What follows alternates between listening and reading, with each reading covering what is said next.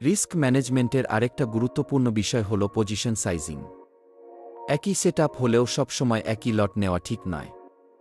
মার্কেটের ভোলাটিলিটি বেশি হলে লট ছোট করতে হয়, আর ভোলাটিলিটি কম হলে একটু বড় করা যায়। এই হিসাব না করলে ছোট মুভও বড় ক্ষতি করে দিতে পারে।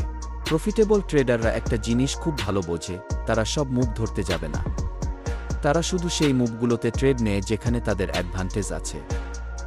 এর মানে অনেক সময় তারা শুধু বসে থাকে এবং অপেক্ষা করে। অনেকের কাছে এটা অলস্তা মনে হতে পারে, কিন্তু আসলে এটিই পেশাদার ট্রেডিং। আরেকটা বড় ভুল হলো একদিনে অনেক ট্রেড নেওয়া। যখন ট্রেডার বেশি ট্রেড করে, তখন রিস্ক অজান্তেই বেড়ে যায়।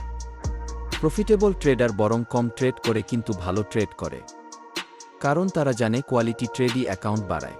রিস্ক ম্যানেজমেন্টের সবচেয়ে গভীর দিকটা হলো মানসিক নিয়ন্ত্রণ।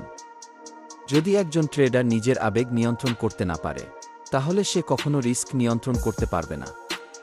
রাগ, ভয়, লোভ, এই তিনটা জিনিসই অ্যাকাউন্ট ধ্বংস করে।